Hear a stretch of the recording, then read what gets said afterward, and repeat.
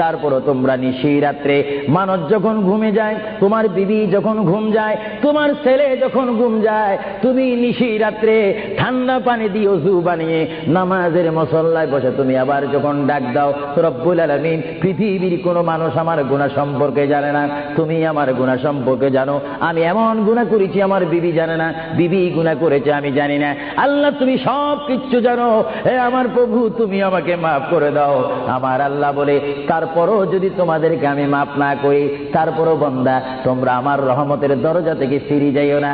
আমি তোমাদেরকে হুকুম দিচ্ছি, ওয়ালাউ আন্নাহুম ইয যালামু আনফুসাহুম জাউকা, বান্দারে যদি গুনাহ করে ফেলো আমার রহমত থেকে মুখ ফিরে তুমি চলে যাইও না।